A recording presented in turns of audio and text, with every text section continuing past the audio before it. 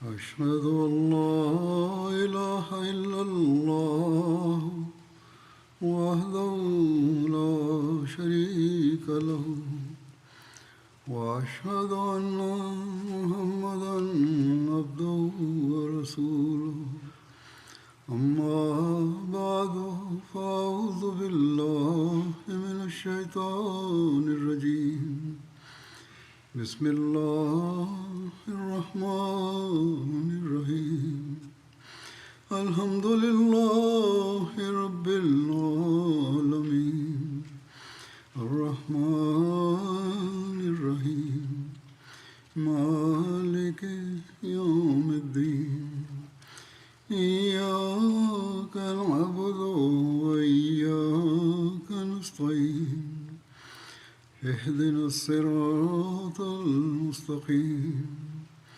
صراط الذين أنعمت عليهم غير المغضوب عليهم ولا الضالين. அல்லாஹ் நமக்கு ஹசரத் வாக்களிக்கப்பட்ட மசீஹ் அலைஹிஸ்ஸலாத்து வஸ்ஸலாம் அவர்களை ஏற்றுக்கொள்வதற்கான நல்வாய்ப்பு வழங்கியுள்ளது. அவன் நம்மீது புரிந்துள்ள பேரருளாகும். அன்னார் மூலமாக அல்லாஹ் இஸ்லாத்தின் மறுமலர்ச்சிக்கான வாக்குறுதி அளித்திருந்தான். அன்னார் அல்லாஹின் வாக்குறுதிகளுக்கு ஏற்பவும் ஹசரத் ரசூலுல்லாஹ்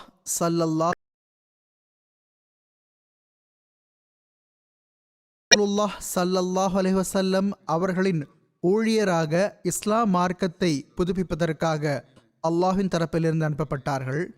பிறகு அல்லாஹின் வாக்குறுதிகளுக்கு ஏற்பவே ஹசரத் ரசூலுல்லாஹ் ஸல்லல்லாஹு அலைஹி வஸல்லம் அவர்களின் முன்னறிவிப்புகளுக்கு ஏற்பவே அன்னாரால் உருவாக்கப்பட்ட ஜமாஅத்தில் ஹிலாஃபத் அமைப்பு உருவானது. எனவே இது அல்லாஹ்வின் வாக்குறுதிகள் மற்றும் ஹசரத் ரசூலுல்லாஹ் ஸல்லல்லாஹு அலைஹி வஸல்லம் அவர்களின் முன்னறிவிப்புகள் நிறைவேறுவதன் வெளிப்பாடாகும். இதன் காரணமாக நாம் ஒவ்வொரு ஆண்டும் உலகத்தில் எல்லா இடத்திலும் எங்கெல்லாம் அஹ்மதியா ஜமாத் நிறுவப்பட்டுள்ளதோ அங்கெல்லாம் மே 27 அன்று ஹிலாஃபத் தினத்தை கொண்டாடுகிறோம். மே 26 அன்று ஹசரத் வாக்களிக்கப்பட்ட மசீஹ் அலைஹிஸ்ஸலாத்து வஸ்ஸலாம் அவர்கள் வஃபாத்தானார்கள். மே 27 அன்று ஜமாத் இறை வாக்குறுதிகளுக்கு ஏற்ப ஹசரத் மௌலானா ஹக்கீம் நூருத்தீன் ரலியல்லாஹு அன்ஹு அவர்களை முதல் ஹலிஃபத்துல் மசீஹாக தேர்ந்தெடுத்து அவர்களது கையில் ஹசரத் வாக்களிக்கப்பட்ட மசீஹ் அலைஹிஸ்ஸலாத்து வஸ்ஸலாம் அவர்களுடைய பணிகளை தொடரச் செய்வோம் என்று உறுதி எடுத்துக்கொண்டது, பைஅத் செய்தது. பிறகு ஹசரத் முதல் ஹலீஃபத்துல் மசீஹ் ரலியல்லாஹு அன்ஹு அவர்களின் வஃபாத்துக்கு பிறகு ஹசரத் இரண்டாவது ஹலீஃபத்துல் மசீஹ் ரலியல்லாஹு அன்ஹு அவர்களின் கையில் ஜமாத் ஒன்றிணைந்தது. சில உட்புற எதிர்ப்புகளும் எல்லாவிதமான சாதகமற்ற சூழலும் இருந்தும் எல்லாம் வல்ல அல்லாஹ்வின் உதவி ஆதரவின் காட்சிகளை நாம் பார்த்தோம். அவர்களது ஹிலாஃபத் ஏறத்தாழ 52 ஆண்டுகள் தொடர்ந்தது. இந்த காலகட்டத்தில் அல்லும் பகலும் அஹ்மதியா ஜமாத்தின் அசுரவேக முன்னேற்றங்களின் காட்சிகளை நாம் கண்டோம். பிறகு ஹசரத் இரண்டாவது ஹலிஃபத்துல் மசீஹ் ரலியல்லாஹு அன்ஹு அவர்களின் வஃபாத்திற்கு பிறகு மூன்றாவது ஹிலாஃபத் துவங்கியது. இந்த காலகட்டத்திலும் நாம் ஜமாஅத்தின் முன்னேற்றங்களின் காட்சிகளை கண்டோம். எதிரிகள் ஜமாஅத்தை முடிவுக்கு கொண்டு வருவதற்கு பெரும் முயற்சி செய்தார்கள். ஆனால் அவ்வாறிருந்தும் நமக்கு வரலாற்றில் முன்னேற்றத்தின் காட்சிகளே தென்படுகின்றன. ஹசரத் மூன்றாவது ஹலீஃபத்துல் மசீஹ் ரஹிமஹுல்லாஹு தஆலா அவர்கள் வஃபாத்தான போது எல்லாம் வல்ல அல்லாஹ் மீண்டும் ஒரு முறை தனது வல்லமையின் காட்சிகளை காட்டினான். மேலும் நான்காவது ஹிலாஃபத் காலகட்டம் துவங்கியது. அதில் எதிரி ஜமாஅத்தை முடிவுக்கு கொண்டு வருவதற்கு முழு முயற்சி செய்தான். ஆனால் எல்லா விதத்திலும் அவனுக்கு தோல்வி முகமே மிஞ்சியது. மேலும் இந்த எதிர்ப்பின் காரணமாக ஹசரத் நான்காவது ஹலீஃபத்துல் மசீஹ் ரஹிமஹுல்லாஹு தஆலா அவர்கள் பாகிஸ்தானிலிருந்து ஹிஜ்ரத் செய்ய வேண்டி வந்தது. அவர்கள் இங்கிலாந்தில் தலைமையகத்தை நிறுவினார்கள். பிறகு ஜமாஅத்தின் முன்னேற்றத்தின் வேகம் அதிகரித்து கொண்டே சென்றதை உலகம் கண்டது.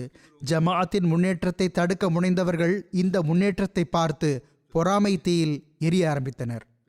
பிறகு ஹசரத் நான்காவது ஹலிஃபத்துல் மசீஹ் ரஹிமஹுல்லா அவர்கள் வஃபாத்தானார்கள். பிறகு மீண்டும் எல்லாம் வல்ல அல்லாஹ் தனது வாக்குறுதியை நிறைவேற்றுவதை வெளிப்படுத்தி காட்டினான். மேலும் ஐந்தாவது ஹிலாஃபத் தேர்ந்தெடுக்கப்பட்டது. என்னுடைய எண்ணற்ற பலவீனங்கள் இருந்தும் எல்லாம் வல்ல அல்லாஹ் எனக்கு அசாதாரணமான உதவி ஆதரவை வழங்கினான். ஜமாஅத்தின் முன்னேற்றத்தின் அடி மிகவும் முன்னே சென்று கொண்டே இருந்தது. இந்த காலகட்டத்தில் பல டசன் நாடுகளில் அஹ்மதியத் எனும் செடி விதைக்கப்பட்டது. பல டசன் நாடுகளில் முறையாக அஹ்மதியா ஜமாத் அமைப்பு உருவானது. நூற்றுக்கணக்கான நகரங்கள் மற்றும் சிற்றூர்களில் சுயமே அல்லாஹே மக்களுக்கு வழிகாட்டி ஹிலாஃபத்தின் உதவி ஆதரவிற்கான காட்சிகளை காட்டி மக்களுடைய உள்ளங்களில் ஹிலாஃபத்துடன் தொடர்புக்கான உணர்வை உருவாக்கி களப்பற்றவர்களை கொண்ட ஜமாத்களை உருவாக்குவதற்கான ஏற்பாட்டை செய்தான். எல்லாம் வல்ல அல்லாஹ் இந்த காட்சிகளை காட்டிக்கொண்டே செல்கிறான். ஹிலாஃபத்துடன் இணைந்திருக்கக்கூடிய இந்த காட்சிகள் மற்றும் ஜமாத்தின் முன்னேற்றத்திற்கான இந்த காட்சிகள் ஏன் இருக்காது? இவை நிகழவே இருந்தன. இது குறித்து அல்லாஹின் வாக்குறுதி இருந்தது. பிறகு இதை பற்றி ஹதரத் ரசூலுல்லாஹ் ஸல்லல்லாஹு அலைஹி வஸல்லம் அவர்கள் முன்னறிவிப்பு செய்திருந்தார்கள். எனவே அல்லாஹும் தன் வாக்குறுதிகளை மறக்கக்கூடியவனும் அல்லன், மீறக்கூடியவனும் அல்லன். எல்லாரையும் விட அன்பிற்குரிய தன் நபி ஹஸ்ரத் முஹம்மது ரசூலுல்லாஹ் ஸல்லல்லாஹு அலைஹி வஸல்லம் அவர்களின் முன்னறிவிப்புகளை நிறைவேற்றுவதில் குறை வைக்கக்கூடியவனும் அல்லன். ஹதரத் ரசூலுல்லாஹ் ஸல்லல்லாஹு அலைஹி வஸல்லம் அவர்கள் இவ்வாறு ஒரு முன்னறிவிப்பு செய்திருந்தார்கள்: அல்லாஹ் நாடும் வரை உங்களில் நுபுவத் நிலை பெற்றிருக்கும். அதாவது ஹதரத் ரசூலுல்லாஹ் ஸல்லல்லாஹு அலைஹி வஸல்லம் அவர்களின் காலகட்டம். அன்னார் கூறினார்கள், பிறகு அவன் அதை எடுத்துக்கொள்வான், மேலும் நுபுவத் வழியிலான ஹிலாஃபத் நிலை பெறும். பிறகு அல்லாஹ் நாடும் போது அந்த அருட்கொடையும் எடுத்துக்கொள்வான். பிறகு அவனது நியதிற்கு ஏற்ப கொடுங்கோல் ஆட்சி நிலை பெறும். அதனால் மக்கள் மனமுடைந்து போவார்கள், நெருக்கடியை உணர்வார்கள். பிறகு இந்த காலகட்டம் முடிவுக்கு வரும்.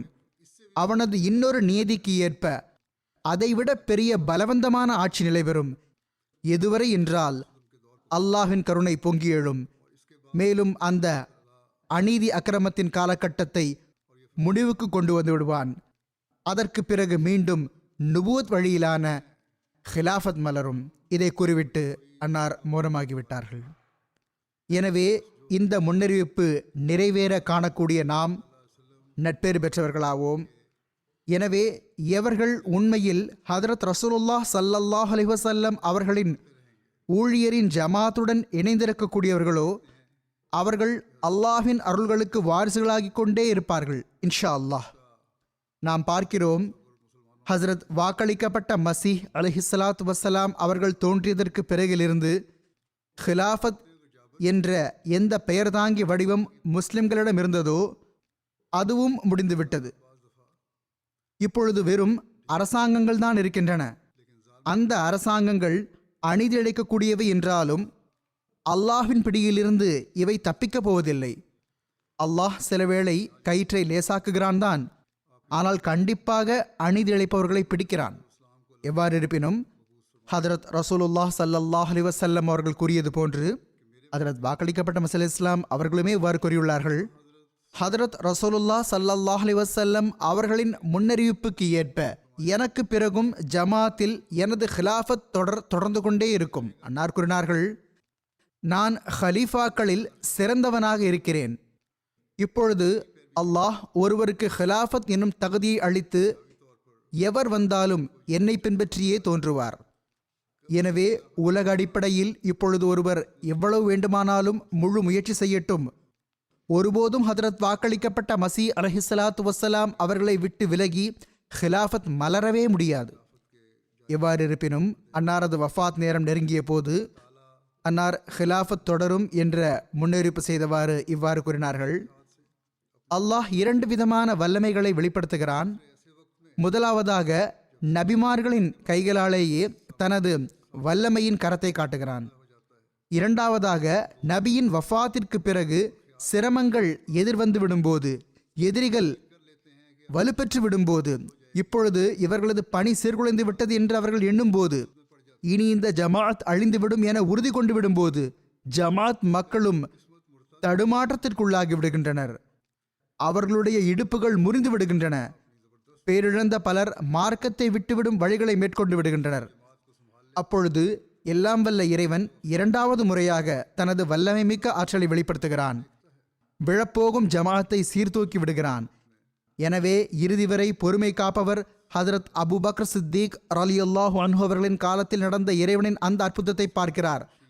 அப்பொழுது ஹதரத் நபிகள் நாயகம் ஸல்லல்லாஹு அலைஹி வஸல்லம் அவர்களின் வஃபாத் நேரத்துக்கு முன் நிகழ்ந்த வஃபாத்தாக கருதப்பட்டது. காட்டு மிராண்டித்தனமான அறிவிரிகள் பலர் முர்த்ததாகிவிட்டனர். சஹாபாவும் பெருந்துயரத்தால் பித்து பிடித்தவர்களைப் போன்றாகிவிட்டனர். அப்பொழுது எல்லாம் வல்ல இறைவன் ஹதரத் அபூபக்கர் சித்திக் ரலியல்லாஹு அன்ஹு அவர்களை நியமித்து மீண்டும் தனது வல்லமைக்கான முன்மாதிரியை காட்டினான். மேலும் இஸ்லாத்தை வீழ்ச்சியடைய போன நிலையிலிருந்து காப்பாற்றிவிட்டான். அவன் கூறிய இந்த வாக்குறுதியை நிறைவேற்றினான். வலையு மக்கினன்னலகும் தீனஹும் அல்லஹும் வலையு பத்திலன்னஹும் பாதி ஹோஃபிஹிம் அம்னா. பொருள், அதாவது அச்சத்திற்கு பிறகு நாம் அவர்களது பாதத்தை உறுதி பெறச் செய்து விடுவோம். அன்னார் கூறினார்கள், எனவே அன்பிற்குரியவர்களே, எதிரிகளின் 2 பொய்யான மகிழ்ச்சிகளை அழித்து காட்டுவதற்காக அல்லாஹ் 2 வல்லமைகளை காட்டுவது தொன்று தொட்டே அல்லாஹின் வல்லமையாக இருக்கும்போது இப்பொழுது இறைவன் தனது தொன்மையான நடைமுறையை விட்டுவிடுவது சாத்தியமில்லை. எனவே நான் உங்களிடம் கூறிய இந்த விஷயத்தினால் வருந்தாதீர்கள். உங்களுடைய உள்ளங்கள் கவலை தோய்ந்து விட வேண்டாம். ஏனெனில் 2ஆம் வல்லமையை காண்பதும் உங்களுக்கு அவசியமாகும். அது வருவது உங்களுக்கு சிறந்ததாகும். ஏனெனில் அது நிரந்தரமானதாகும். அது கியாமத் வரை அறுபடாது. மேலும் நான் செல்லாத வரை அந்த 2ஆம் வல்லமை வர முடியாது. நான் இடைச்சர்களாக இந்த விஷயத்தையும் கூறிவிடுகிறேன். நான் இந்த விஷயத்திலிருந்து இந்த ஒரு விளக்கத்தையும் பொருத்தி கூறுகிறேன். அதாவது, எவர்கள் ஹதரத் வாக்களிக்கப்பட்ட மஸீஹ் அலைஹிஸ்ஸலாம் அவர்களின் வயதை பற்றிய விவாதத்தில் மூழ்கி கிடக்கிறார்களோ அவர்களுக்கும் இதில் பதிலுள்ளது. அன்னார் தமது ஆயுளின் ஆண்டுகளை எண்ணி கூறி இவ்வளவு ஆண்டுகள் மீதமுள்ளன என்று கூறவில்லை. மாறாக தாம் திரும்பி வருவதை சுட்டி காட்டியுள்ளார்கள். மேலும் வயதை பற்றிய விவாதத்திற்கு எந்த முக்கியத்துவம் அளிக்கவில்லை. மாறாக பணியை நிறைவேற்றுவதற்கு முக்கியத்துவம் உள்ளது. எவ்வாறு இருப்பினும் அன்னார் கூறுகிறார்கள், நான் செல்லும்போது இறைவன் அந்த 2ஆம் வல்லமையை உங்களுக்கு அனுப்பிவிடுவான்.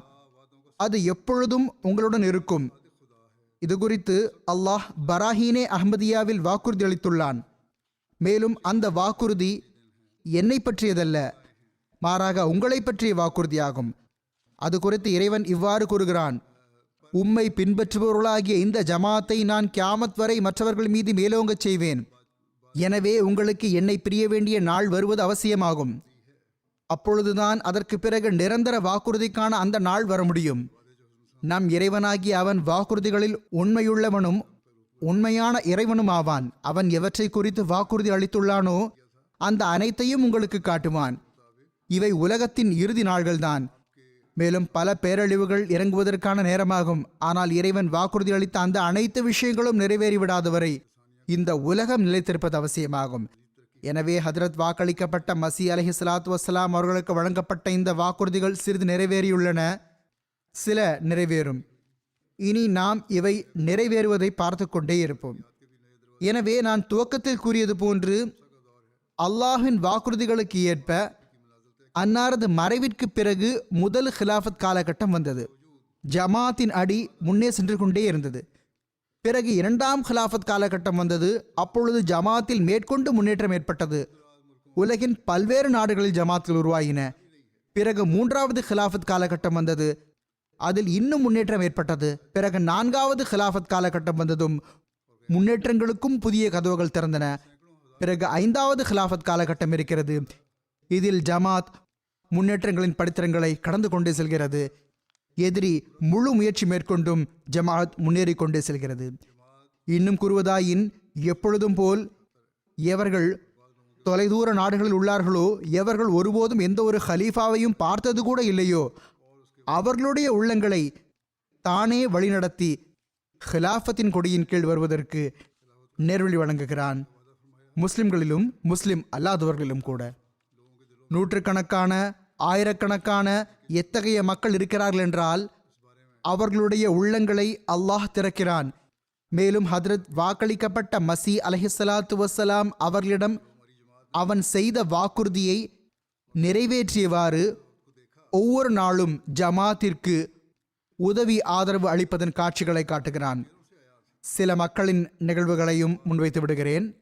அவற்றின் மூலம் அஹ்மதியா ஹிலாஃபத்தோடு அல்லாஹ்வின் ஆதரவு மற்றும் அவனுடைய வாக்குறுதிகள் நிறைவேறுவதற்கான காட்சியை நாம் பார்க்கிறோம். அல்லாஹ் ஹிலாஃபத்தை நிலைபெறச் செய்வதாக வாக்குறுதி அளித்தான் என்றால் எவ்வாறு மக்களுடைய உள்ளங்களில் ஹிலாஃபத்துடன் தொடர்பு மற்றும் அதனுடன் இணைந்திருப்பதற்கான உணர்வுகளை உருவாக்குகிறான் பாருங்கள். இது தொடர்பாக ஆப்பிரிக்காவின் ஒரு நாடான புர்கினோ ஃபாசோவின் மொல்லிம் இவ்வாறு எழுதுகிறார்கள்: எங்களது ஜமாத்தில் முதன்முறை எம்டிஏ போடப்பட்டு மக்கள் முதன்முறையாக காலத்தின் ஹலீஃபா அவர்களை பார்த்தபோது அவர்களுடைய கண்கள் குளமாகி இருந்தன. அவர்களுடைய முகங்களில் மகிழ்ச்சி பொங்கியது. சில நாள்களுக்கு பிறகு அங்கிருந்து ஒரு பிரதிநிதி குழு வந்தது. எம்டிஏவிற்கு நன்றி தெரிவித்தது. அவர்கள் இவ்வாறு குரலானார்கள்: எங்களால் காலத்தின் ஹலீஃபா அவர்களை சந்திப்பதற்கோ செல்ல முடியாது. ஆனால் எம்டிஏவில் காலத்தின் ஹலீஃபா அவர்களை பார்த்து எங்களுடைய கண்கள் குளிர்ச்சியும் உள்ளங்கள் நிம்மதியும் அடைகின்றன. இவ்வாறாக நாங்கள் எம்டிஏ மூலமாக அனுதினமும் காலத்தின் ஹலீஃபா அவர்களை சந்தித்து கொண்டே இருப்பது இப்பொழுது எங்களுடைய அன்றாட வழக்கமாகிவிட்டது. ஆக இவ்வாறு அல்லாஹ் மக்களின் உள்ளங்களில் அன்பை உருவாக்குகிறான். எவர்கள் ஒருபோதும் சந்தித்தது கூட இல்லையோ அவர்களுடைய உள்ளங்களிலும் ஹிலாஃபத்துடன் அன்பு இருக்கிறது. பிறகு எவ்வாறு அல்லாஹ் ஹிலாஃபத் மூலமாக மக்களை இஸ்லாத்தின் பால் வழிநடத்துகிறான் என்று பாருங்கள். இது தொடர்பாக கேம்பியாவின் அமீர் சாஹிப் எழுதுகிறார்கள்: சாம்பா சாஹிப் எனும் ஒரு மோட்டார் மெக்கானிக் தற்செயலாக எம்டிஏவில் என்னை உரை நிகழ்த்தி கொண்டிருக்க அல்லது ஹுத்பா கொடுத்து கொண்டிருக்க கண்டார். அதை கேட்டுவிட்டு அவர், இந்த நபருக்கு இறைவனின் ஆதரவு உள்ளது என்பதில் எந்த ஐயமும் இல்லை என்று கூறினார். எனவே இவர் தனது குடும்பத்தின் 14 பேருடன் பையத் செய்து விட்டார். இவர்களுடைய வியாபாரத்தில் குறையிருந்தது. அல்லாஹ் அருள் புரிந்தான். பிறகு இவர் இவ்வாறு குரலானார்: இந்த அனைத்தும் அஹ்மதியத்தினாலேயே ஏற்பட்டுள்ளது. அஹ்மதியத் இருளுக்கு ஒரு பிரகாசமான சூரியனுக்கு ஒப்பானதாகும் என்பதில் எந்த சந்தேகமும் இல்லை. ஹிலாஃபத்திற்கான ஆதரவு வெளிப்படுதலை அந்நியர்களும் உணர்கிறார்கள். பிறகு ஜமாத்தில் இணைகிறார்கள். ஜெர்மனியின் தப்லீக் செயலர் எழுதுகிறார்கள்: இப்பொழுது ஆப்பிரிக்காவின் உதாரணம் உள்ளது. இப்பொழுது இது ஜெர்மனியில் உள்ள ஒரு அரேபியர் ஆவார். அவர் இவர்களுடைய தப்லீக் ஸ்டாலுக்கு வந்தார். திருக்குர்ஆனின் ஜெர்மன் மொழியாக்கத்தை வாங்கி சென்றார். தன்னுடன் தொடர்பு வைத்திருக்கும் பொருட்டு இவர் தனது தொடர்பு எண்ணையும் கொடுத்து சென்றார். கடந்த ஆண்டு ஜெர்மனி ஆண்டு மாநாட்டுக்கு வருவதற்கு இவருக்கு அழைப்பு கொடுக்கப்பட்டது. இவர் தனது தேர்வு காரணமாக, இது சில ஆண்டுகள் முந்தைய சம்பவமாகும், எனவே கடந்த ஆண்டு என்பதன் பொருள் இந்த சம்பவம் நடந்ததாக கூறப்படுகின்ற ஆண்டுக்கு ஓராண்டுக்கு முன்னர். எவ்வாறு இருப்பினும் இவர் ஜல்சாவில் கலந்து கொள்ள முடியாது என்பதற்கு காரணம் கூறினார். தனக்கு பதிலாக தன் அண்ணன் ஒருவரையும் குடும்ப உறுப்பினர் ஒருவரையும் அனுப்பிவிட்டார். ஜல்சாவில் அவருடைய சகோதரனிடம், அதாவது தப்லீக் செயலரிடம் கூறினார். அங்கு என்னுடைய உரையை கேட்ட பிறகு கூறினார்: இந்த நபர் நிச்சயமாக இறைவனின் ஆதரவு பெற்றவராவார். ஹிலாஃபத் உண்மையானது என்று அல்லாஹ் அவருடைய உள்ளத்தில் போட்டான். அவர் அன்றிரவே பையத் படிவத்தை நிரப்பி அஹ்மதியா ஜமாத் இணைந்து விட்டார். இந்த உணர்வுகளை அல்லாஹ்வால் மட்டுமே உள்ளங்களில் உருவாக்கிட முடியும். இது அவனுடைய வாக்குறுதி என்பதனால் அவன் இதை செய்கிறான். அவருடைய குடும்ப உறுப்பினரான மற்றொரு அரேபிய நண்பரோ முதல் நாளிலோ பையத் செய்யவில்லை. ஆனால் ஜமாத் பற்றி பல கேள்விகள் கேட்டு வந்தார். என்னுடன் அரேபியர்களுக்கான ஓர் அமர்வும் இருந்தது. இவர் தக்ஃபீர், அதாவது காஃபிர் ஃபத்வா வழங்குதல் பற்றி ஒரு கேள்வி கேட்க நினைத்து கொண்டிருந்தார். இதே கேள்வியை மற்றொரு அரேபிய நண்பர் கேட்டுவிட்டார். அதற்கு நான் அவருக்கு மிகவும் விளக்கமாக பதிலளித்தேன். இந்த பதிலை கேட்டு அவருக்கு திருப்தி ஏற்பட்டு விட்டது. அவர் பையத் நிகழ்ச்சிக்கு முன்பே பையத் படிவத்தை நிரப்பி அங்கு கையில் பையத் செய்தார். அந்த நாள் பையத் நிகழ்ச்சியிலும் கலந்து கொண்டார். அல்லாஹ் நல்லியல்பு கொண்ட ஆன்மாக்களை சூழ்ந்து எவ்வாறு ஜமாத்தில் இணைக்கிறான் மற்றும் ஹிலாஃபத்துக்கு உதவி புரிவேன் என்ற வாக்குறுதியை எவ்வாறு நிறைவேற்றுகிறான் என்பது தொடர்பாக கேம்பியாவின் அமீர் சாஹிப் எழுதுகிறார்கள். அவர்கள் கூறுகிறார்கள்: கெர்கோர் என்ற ஒரு இடம் உள்ளது. அங்கு ஜமாத் நிறுவப்பட்ட போது அல்ஹாஜி ஃபாயே சாஹிப் எனும் நண்பர் ஒருவர் ஜமாத்தை கடுமையாக எதிர்த்தார். ஜமாத் நூல்களை தொடுவதை கூட அவர் விரும்பவில்லை. ஆனால் நம்முடைய இறைவன்பால் அழைப்பவர்கள் துணை விளக்கவில்லை. அவருக்கு தொடர்ச்சியாக தப்லீக் செய்து வந்தார்கள். ஒரு நாள் கிராமத்தில் புதிதாக பையத் செய்தவர்களுக்காக தர்பியத் வகுப்புக்கான நிகழ்ச்சி ஏற்பாடு செய்யப்பட்டது. நம்முடைய இறைவன்பால் அழைப்பவர்கள் இவரை, நீங்கள் எந்த நூலையும் வாசிக்கவில்லை என்றாலும் பரவாயில்லை, ஆனால் ஒரு முறை எங்களுடன் மிஷன் ஹவுஸுக்கு செல்லுங்கள், எங்களுடைய நிகழ்ச்சியில் கலந்து கொள்ளுங்கள். நாங்கள் அங்கு உங்களுக்கு எந்த தப்லீகும் செய்ய மாட்டோம். உங்களுடன் இந்த தலைப்பில் பேசவும் மாட்டோம். நீங்கள் நிகழ்ச்சியில் மட்டும் கலந்து கொண்டு நாங்கள் சொல்லக்கூடியதை கேளுங்கள் என சம்மதிக்க வைத்து விட்டார்கள். ஆக இவர் மிஷன் ஹவுஸுக்கு வந்தபோது, நான் உங்களுடைய வகுப்பில் இணைய விரும்பவில்லை, இங்கு டிவி இருக்கின்ற அறையில் உட்கார்ந்து டிவி பார்த்துக் கொள்கிறேன் என்று கூறினார். இதனால் அவரை டிவி இருக்கும் அறையில் அமர வைத்து டிவியில் MTA போடப்பட்டது. அங்கேயே விட்டுவிட்டு மற்ற அனைவரும் வகுப்பில் கலந்து கொள்வதற்காக பள்ளிவாசலுக்கு சென்று விட்டார்கள். அப்பொழுது MTA எனது ஹுத்பா ஓடிக்கொண்டிருந்தது. அதை இவர் கேட்டார். வகுப்புக்கு பிறகு இவரிடம் பேசிய போது இவர் கூறினார், இந்த நபர் பொய்யர் அல்லர், அதாவது இந்த ஹிலாஃபத் எனக்கு உண்மையான ஹிலாஃபத்தாக தென்படுகிறது. இப்பொழுது நான் புறமுதுகு காட்டுவது சாத்தியமில்லை. எனவே இவர் தமது குடும்பத்தின் 10 பேர் உட்பட பையத் செய்து ஜமாத்தில் இணைந்து விட்டார். இது ஒரு மனிதனின் வேலையாக இருக்க முடியுமா? நிச்சயமாக அல்லாஹ் தன்னுடைய வாக்குறுதிகளை உண்மையாக்கி காட்டுகிறான். ஹிலாஃபத்துடன் தொடர்பு அதிகரிப்பதற்கான இன்னொரு சம்பவம், அல்லாஹின் வாக்குறுதி நிறைவேறுவதற்கான இன்னொரு சம்பவம் வருகிறது.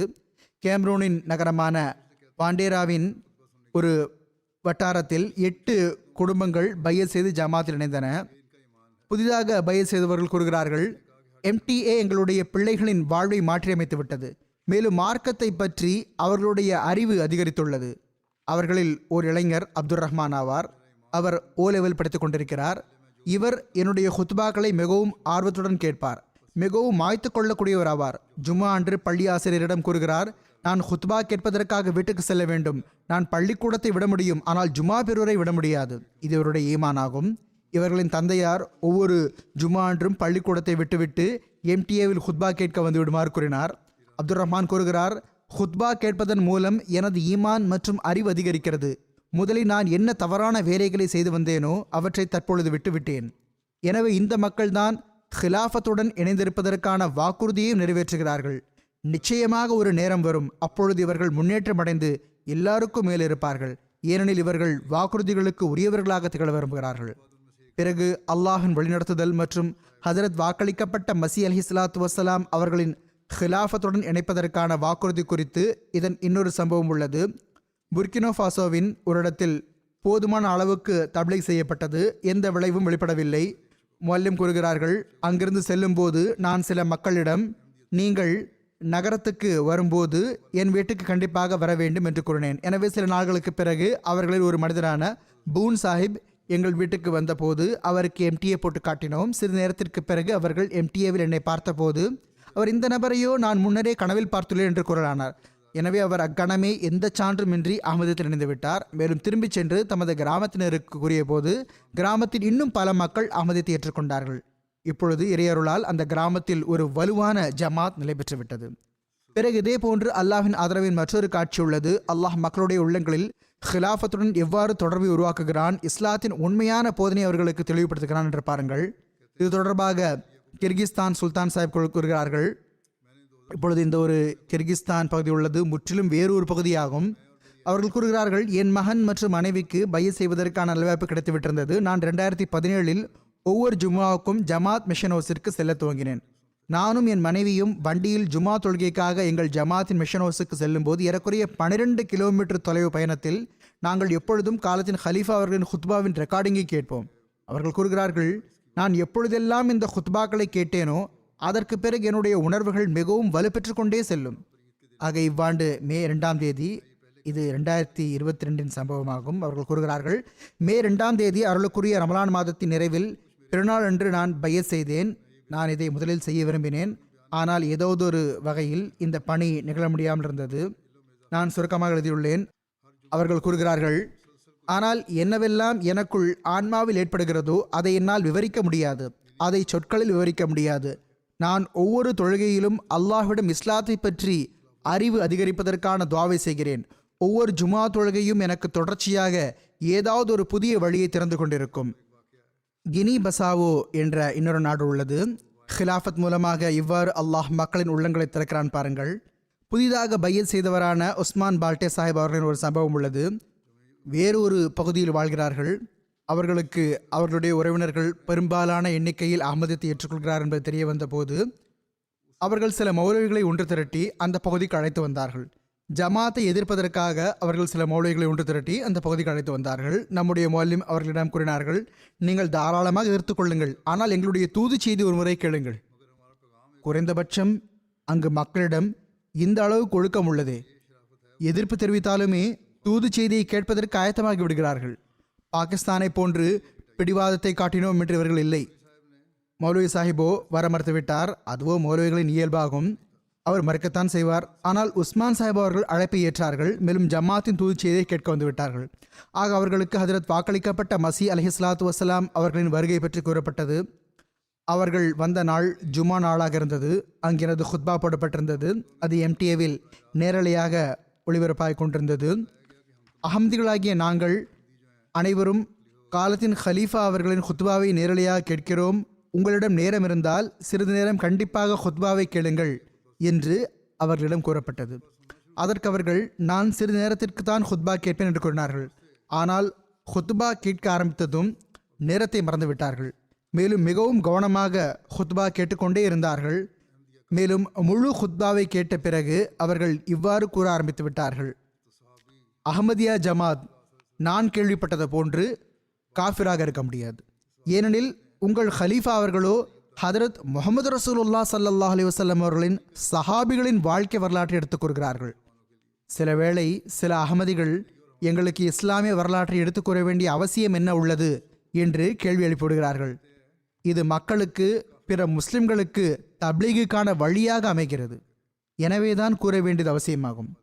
மேலும் நம்மில் பலருக்கு எதை பற்றி தெரியாமல் இருந்ததோ அதில் நம்முடைய அறிவும் அதிகரிக்கிறது. அவர்கள் கூறுகிறார்கள், சஹாபிகளின் வாழ்க்கை வரலாற்றை எடுத்து கூறக்கூடிய இந்த பணியை எந்த காஃபிர் ஜமாத்தும் செய்ய முடியாது. இதற்கு பிறகு அவர்கள் ஜமாத்தை எதிர்ப்பதை விட்டுவிட்டார்கள். தனது முழு குடும்பத்துடன் சேர்ந்து அஹமதியத்தை ஏற்றுக்கொண்டார்கள். இப்பொழுது அல்லாஹ்வின் அருளால் தமது பகுதியில் தப்லீகும் செய்கிறார்கள். முறையாக ஜமாத் அமைப்பில் இணைந்துள்ளார்கள். பிறகு ஹிலாஃபத்தின் ஓசையின் மூலமாக அந்நியர்களை நேர்வழிக்கு கொண்டு வருவதற்கான இன்னொரு சம்பவம் உள்ளது. கோங்கோ கன்சாஷாவின் உள்ளூர் மிஷனரி கூறுகிறார்கள், இங்குள்ள ஒரு பகுதியில் தப்லீக் திட்டம் துவங்கப்பட்டதும் ஜமாத் அல்லாத சில நபர்கள் முறையாக எதிர்ப்பை துவங்கிவிட்டார்கள். பிறகு 3 மாதங்களுக்கு பிறகு ஒரு நாள் இந்த எதிர்ப்பவர்களிலேயே ஒருவரான உஸ்மான் சாஹிப் அவர்கள் மிஷனை அணுகினார்கள். மேலும் அவர்கள் தமது முழு குடும்பத்துடன் ஜமாத்தில் இணைய விரும்புகிறார் என்று கூறினார்கள். அவர்களிடம் காரணம் கேட்டபோது அவர்கள் இவ்வாறு கூறினார்கள், ஒரு நாள் என் மனைவி சேட்டலைட் சேனல் பார்த்து கொண்டிருந்தார். அப்பொழுது உங்களுடைய சேனலான எம்டிஏ வந்துவிட்டது. நான் அகமதியத்தை எதிர்ப்பதில் முன்னணியில் இருப்பது அவருக்கு தெரியும் என்பதனால் அவர் என்னை அழைத்தார்.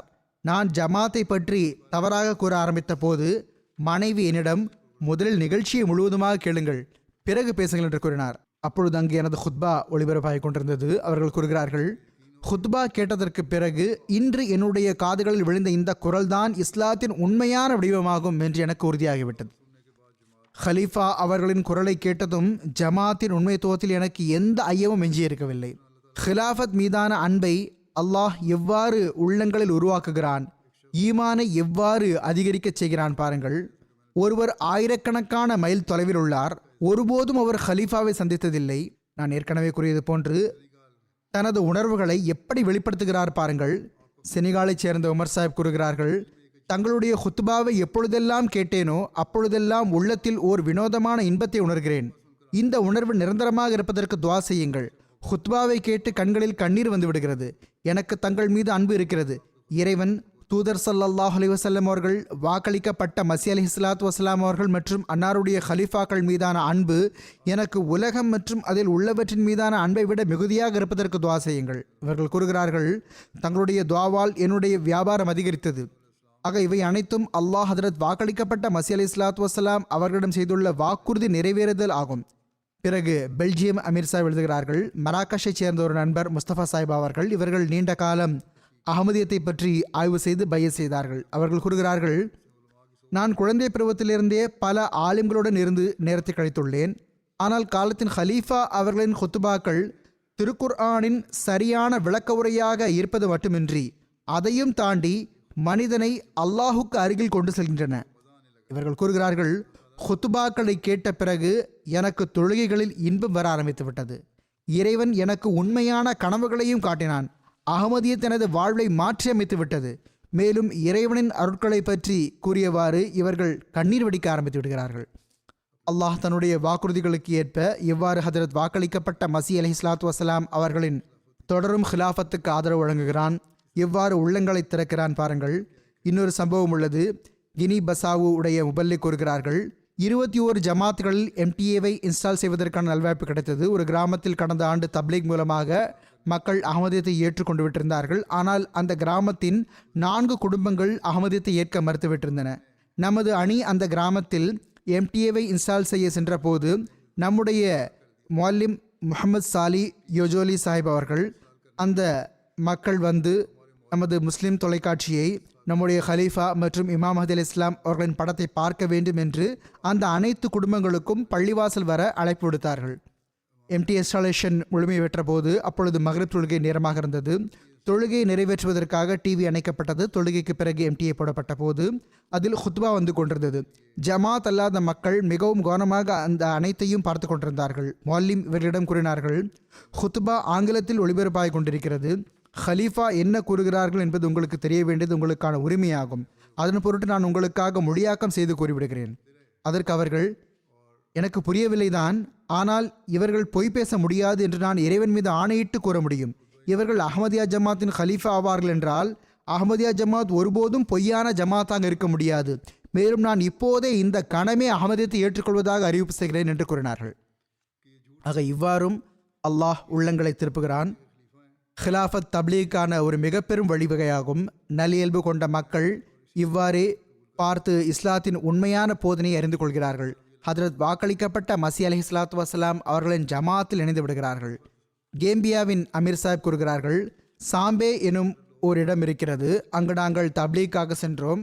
ஹதரத் வாக்களிக்கப்பட்ட மசி அலைஹிஸ்ஸலாத்து வஸலாம் அவர்களின் வருகை பற்றி கூறப்பட்டது. அன்னாருடைய ஜமாத்தில் இணைவதற்காக பையத் நிபந்தனைகள் வாசித்து காட்டப்பட்டன.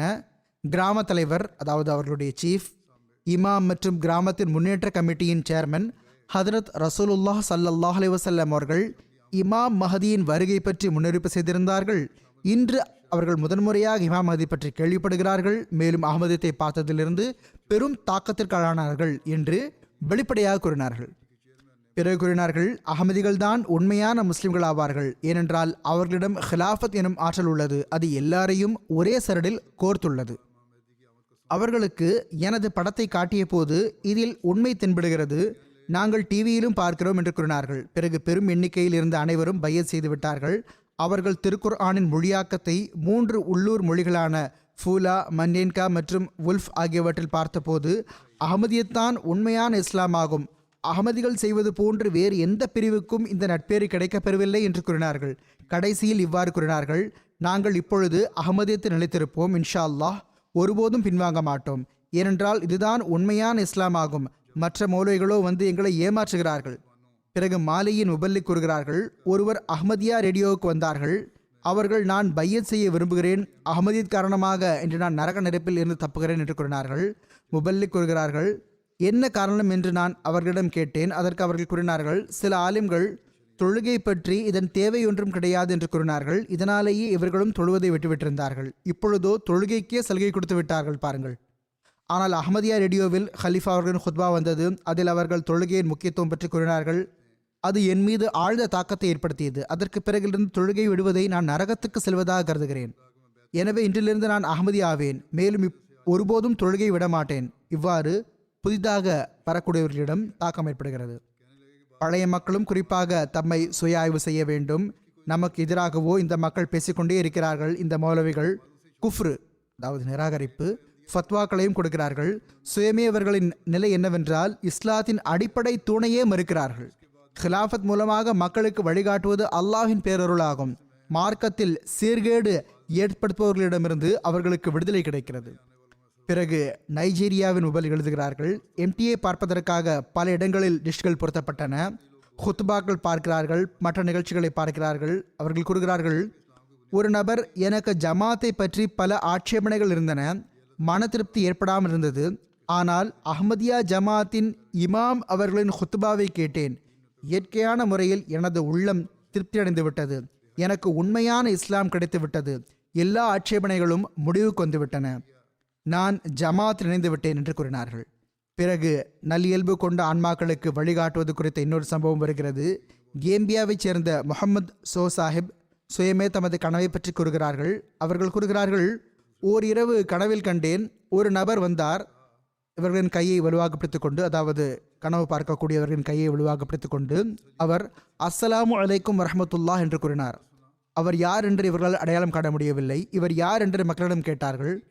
மக்கள் அன்னார் அகமதிகளின் இமாம் ஆவார்கள் என்று கூறினார்கள். அடுத்த நாள் காலை இவர்கள் நம்முடைய மிஷன் ஹவுஸுக்கு வந்தார்கள். நம்முடைய மௌல்லிமுக்கு கனவை கூறினார்கள். மௌல்லிம் எம்டியை போட்டுவிட்டார். அங்கு ஜும்மா பேருரை போடப்பட்டிருந்தது. இவர்கள் என்னை பார்த்தபோது தம்மையும் அறியாமல் இவர்கள்தான் நேற்று இரவு எனது கனவில் வந்தார்கள் என்று கூறினார்கள். பிறகு அந்த கனமே அகமதியத்தை ஏற்றுக்கொண்டார்கள். கேம்ரூனின் முபல்லிக் இன்சார்ஜ் கூறுகிறார்கள், அங்குள்ள ஒரு நகரமான மர்வாவில் மக்கள் மிகுதியாக எம்டிஏ ஆப்பிரிக்கா பார்க்கிறார்கள், ஜமாத்தில் இணையவும் செய்கிறார்கள். இங்குள்ள ஓர் இமாம் முஹல்லிம் அஹமத் ஊ சாஹிப் கூறுகிறார்கள், எம்டிஏ மூலமாக எங்கள் ஈமான் அதிகரித்தது.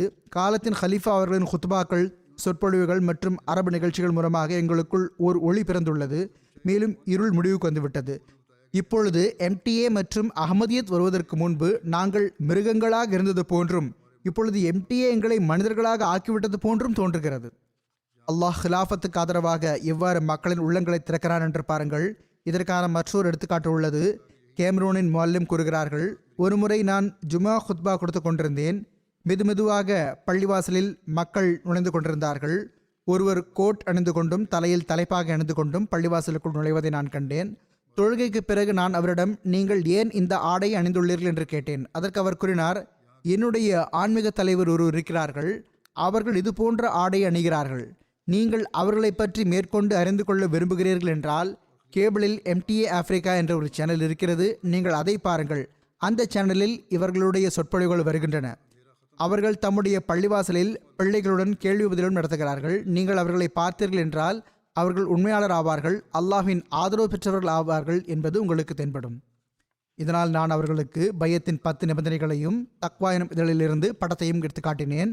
ஆக அவர்களுக்கு எனது படத்தை காட்டினார்கள். இந்த பள்ளிவாசலை இந்த இமாம் தான் கட்டினார்கள் என்று கூறினார்கள். இது அஹ்மதியா ஜமாத்தின் பள்ளிவாசல் என்பதும் நான் அவர்களின் ஜமாத்தின் மிஷனரி தான் என்பதும் அவர்களுக்கு தெரியாமல் இருந்தது. இதை அறிந்து அவர்கள் மிகவும் மகிழ்ச்சி அடைந்தார்கள். பிறகு தம் குடும்பத்துடன் சேர்ந்து பையத்தும் செய்துவிட்டார்கள்.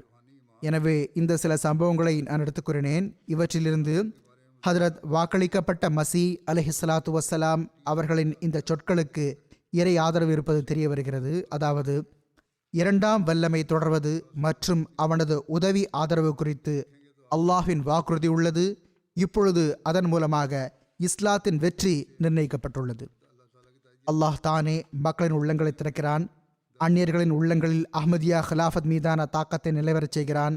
நல்லியல்பு கொண்ட மக்களை ஹிலாஃபத்துடன் இணைக்கிறான். அல்லாஹ்வே அஹ்மதியா ஹிலாஃபத்துக்கு உதவி ஆதரவு புரிகிறான். மேலும் ஜமாத் ஒவ்வொரு நாளும் முன்னேற்ற பாதையில் வெற்றி நடை போடுகிறது என்ற விஷயத்திற்கு அஹ்மதியா ஹிலாஃபத்தின் 118 ஆண்டுகால வரலாற்றின் ஒவ்வொரு நாளும் சான்றாக உள்ளது. எல்லாம் வல்ல அல்லாஹ் எனக்கும் தனது சிறப்பான அருளால் இந்த பொறுப்பை நிறைவேற்றுவதற்கான நல்வாய்ப்பை வழங்குவானாக. ஒவ்வொரு அஹ்மதியையும் முழுமையான நன்றியுணர்வு மற்றும் களப்பற்ற தன்மையுடன் எப்பொழுதும் அஹ்மதியா ஹிலாஃபத்துடன் இணைத்து வைப்பானாக. கியாமத் வரை நன்றியுணர்வு மிக்க மற்றும் இறையச்சத்தில் நிலைத்திருக்கக்கூடியவர்கள் அஹ்மதியா ஹிலாஃபத்துக்கு கிடைத்து கொண்டே இருப்பார்களாக. அல்லாஹ் ஹதரத் வாக்களிக்கப்பட்ட மசி அலைஹிஸ்ஸலாத்து வஸ்ஸலாம் அவர்களிடம் வாக்குறுதி அளித்திருந்த அந்த எல்லா நோக்கங்களையும் நிறைவேற்றுவானாக. அஹ்மதியா ஹிலாஃபத் மூலமாக ஓரிறைவனின் அரசாட்சி உலகில் நிலைபெறட்டுமாக.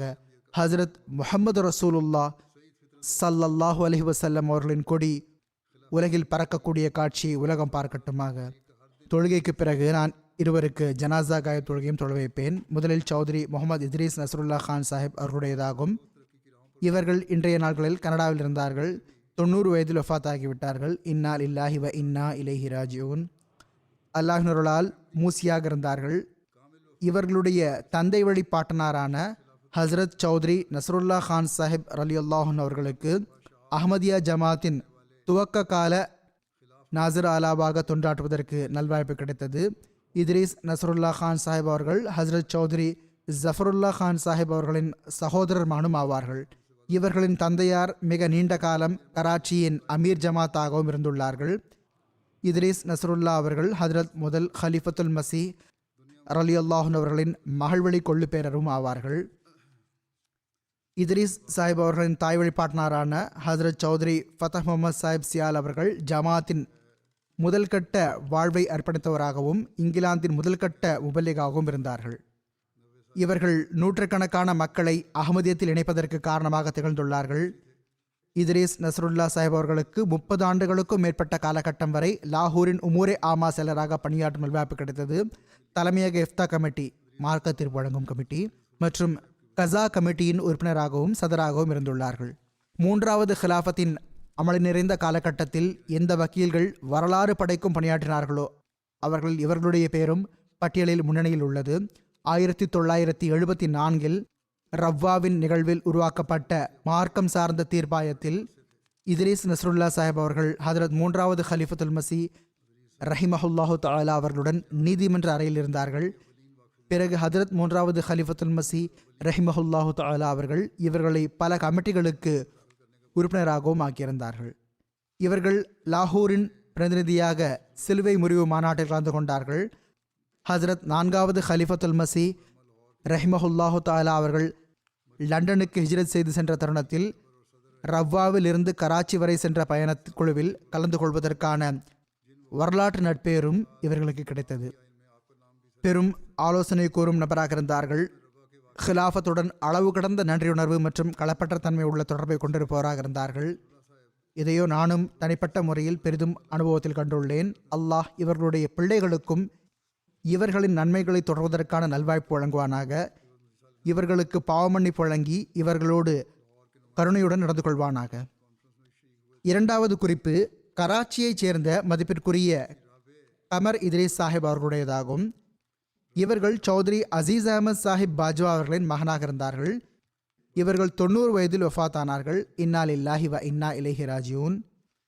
இவர்கள் ஹதரத் வாக்களிக்கப்பட்ட மசி அலைஹிஸ்ஸலாத்து வஸ்ஸலாம் அவர்களின் சஹாபிகளான ஹசரத் சௌத்ரி முகமது ஹுசைன் சாஹிப் ரலியல்லாஹு அவர்கள் மற்றும் ஹசரத் சர்தார் பேகம் சாஹிபா ரலியல்லாஹு அன்ஹா அவர்கள் ஆகியோரின் மகன் வழி பேரராவார்கள். அல்லாஹ்வினால் மர்ஹூம் மூசியாக இருந்தார்கள். பின்விட்டு சென்றவர்களில் துணைவியார் மட்டுமின்றி 2 மகன்களும் 2 மகள்களும் இருக்கிறார்கள். 1959 சிவில் சர்வீஸில் இணைந்தார்கள். மேலும் 35 கால நீண்ட ஊழிய காலகட்டத்தில் மத்திய மற்றும் மாநில அரசில் பல்வேறு பொறுப்புகள் இருந்துள்ளார்கள். எப்பொழுதும் ஒரு மிகவும் நேர்மையான மற்றும் கடமையறிந்த அதிகாரியாக அடையாளம் காணப்பட்டார்கள். இவர்களின் இந்த நட்பண்பு தம் தந்தையின் அறிவுரையின் விளைவாக இருந்தது. அவர்கள் அதை சிவில் சர்வீஸில் இணையும் போது இவர்களுக்கு செய்தார்கள். அவர்கள் இவர்களிடம் இவ்வாறு கூறியிருந்தார்கள்: இத்ரீஸ் மரணித்து விட்டார் என்ற செய்தி எனக்கு கிடைத்தால் எனக்கு அவ்வளவு பெரிய துயரம் ஏற்படாது. ஆனால் இத்ரீஸ் யாரிடமிருந்தாவது லஞ்சம் வாங்கினார் என்ற செய்தி எனக்கு கிடைத்தால் அதனால் எனக்கு பெரும் துயரம் ஏற்படும். இதுதான் தந்தை மகனுக்கு அளித்த தர்பியத்தாகும், வழங்கிய அறிவுரையாகும். ஹதரத் சௌத்ரி முகமது ஜஃபருல்லா கான் சாஹிப் அவர்களின் பிரசித்தி பெற்ற நூலான சவானி ஹயாத் ஒரு அருட்கொடையாகும். அதை இவர்கள்தான் ஆங்கிலத்தில் மொழிபெயர்க்கவும் செய்தார்கள். அதனால் இந்த நூல் ஆங்கிலம் அறிந்த மக்கள் வட்டாரத்தில் அறிமுகமானது. 1998 இருந்து 2007 வரை அஹ்மதியா ஜமாத் கராச்சி மாவட்ட செயற்குழுவில் உமுரே ஹாரிஜா செயலராக தொண்டாற்றுவதற்கும் நல்வாய்ப்பு கிடைத்தது. இடைக்கால அரசின் போது இவர்களுக்கு முதலமைச்சர் ஆவதற்கும் வாய்ப்பு கிடைத்தது. இவர்கள் ஹதரத் 4வது ஹலிஃபத்துல் மசீஹ் ரஹிமஹுல்லாஹு தஆலா அவர்களுக்கு கடிதம் எழுதினார்கள். அந்த கடிதத்தை பிஸ்மில்லாஹ் என்று துவங்கியிருந்தார்கள். அதனால் எதிரி மோலை ஒருவன் இவர்களுக்கு எதிராக வழக்கு தொடுத்து விட்டான். மேலும் நீண்ட காலம் இவர்கள் வழக்கில் தவித்து வந்தார்கள். இவ்வாறு இருப்பினும் எப்பொழுதும் இவர்கள் எல்லாருடனும் கருணையோடு நடந்து கொண்டார்கள். மிகவும் அதிகமாக உறவுகளை பேணி வந்தார்கள். இன்னும் கூறுவதாயின், எதுவரை என்றால் எந்த மௌலவி இவர்கள் மீது வழக்கு தொடுத்தாரோ அந்த மௌலவி வழக்கு முடிந்ததும் தன்னுடைய சில நிலைமைகள் காரணமாக இவர்களிடம் பொருளுதவி செய்யுமாறு கேட்டுக்கொண்டார். அவருக்கும் இவர்கள் ஒரு பெரும் தொகையை கொடுத்து விட்டார்கள். அல்லாஹ் இவர்களுக்கு பாவமன்னிப்பு வழங்கி இவர்களோடு கருணையுடன் நடந்து கொள்வானாக. இவர்களுடைய சந்ததிகளுக்கும் இவர்களின் நன்மைகளை தொடர்வதற்கான நல்வாய்ப்பு வழங்குவானாக.